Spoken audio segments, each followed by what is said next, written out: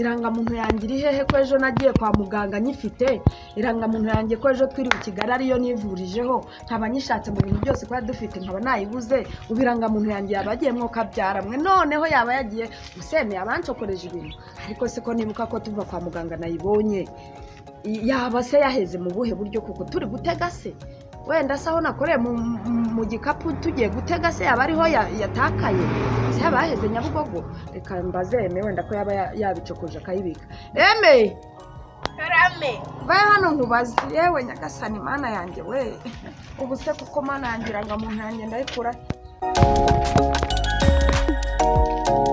Eme irangamuntu yanjye ntayo wamboneye? irangamuntu yawe nayo nabonye, ejo sinaherutse tuzi Kigali tuyifite, ubwo yaba yatakaye. Se mana yanjye irangamuntu yanjye naba nayitaye he koko, aho nayishakishirije hose ko ntayibonye, Eme ko mpakaniye ko ntayo yabonye, Eme ngaho se basigenda no mu bintu byose twazanye nshakishirize nawe hose urebe yuko hari ahantu wayibona koko, genda urebe hose urebe ko hari aho wayibona n'ukuri. Ubu se noneho nakora iki, nabigenza ntese?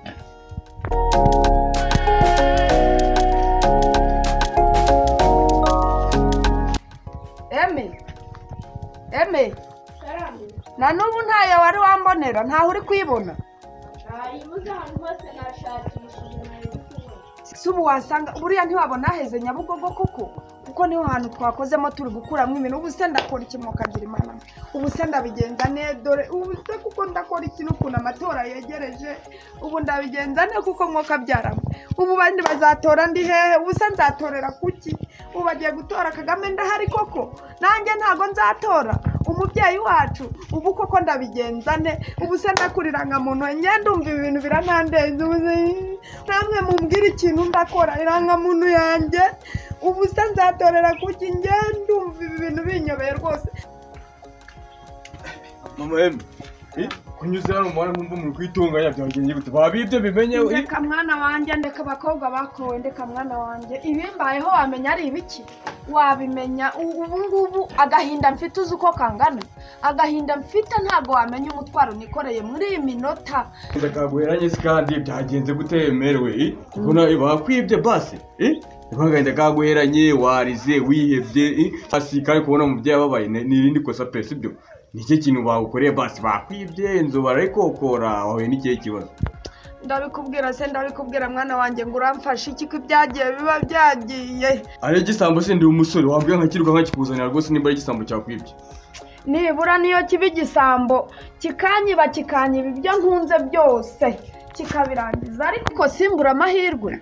Ukuvuze ko ndiko nabanzimije wambwije kuri basi byagenze bite? Mwana wanjye nabuze irangamuntu tuyishaka hose, ejo nagiye kwivuza niba twahitaye iyo za Kigali ntago mbizi mwana wanjye, irangamuntu nayibuze, amahirwe rero imbujije, se urabona nzatora gute? Yewe ni irangamuntu wataye ubu uzatora gute? Ni ibyago wahuye nabyo? Byago nahuye nabyo nibyo nakubwiraga mwana wanjye, ubu ndi kwibaza ngo nzatora gute, ubu noneho byanyobeye, nta rangamuntu mfite, byanyobeye rwose. Berewe nuko byagenze, imba irangamuntu yavuzeho birakomeye, twagira kwa mudogodo sibyo, tukaje kumubwira ikibazo ufite sibyo, aguha igipapuro sibyo, tukagera ku rembo kumva kandi niba wabona igisimbura iki ndangamuntu kugira ngo nawe uzabashe kugira ute kujya mu matora tore. Byashoboka mwana wa ko nari nihebye numva ko bindangiriyeho, ibyo ngibyo umbwiye byakunda, ngumumbwire rero inzira turacamo kugira ngo bikunde, nanjye ngarura agatima impembero mwana wanjye rwose, numve yuko nanjye mu icyo gikorwa nzabonekamo cy'amatora kuko. Mere ubu humura sibyo, ibintu byaroroshye sibyo, ubu dufite imiyoborere myiza sibyo, kumva ku buryo ubageze ikibazo cyawe ufite kumva kugira ngo bagikemure hakiri kare sibyo. Ubu twagira kwa mudugudu nyine ko nabikubwiye bwa mbere sibyo, kumva kwambwira ikibazo ufite nimba ratanye ndangamuntu sibyo, akakwandikira igipapuro sibyo, kumva kikwemera kuko ujya gufata igisimburira ndangamuntu kugira ngo ubashe kujya mu matora. We mwana we urakoze kundema agatima, niba bishoboka reka mpite mpaguruka, yewe we urakoze ibintu byaroroshye, ibintu biri very simple. Reka tugende unyereke mwana wanjye, tugende uhanyereke ibintu byaroroshye.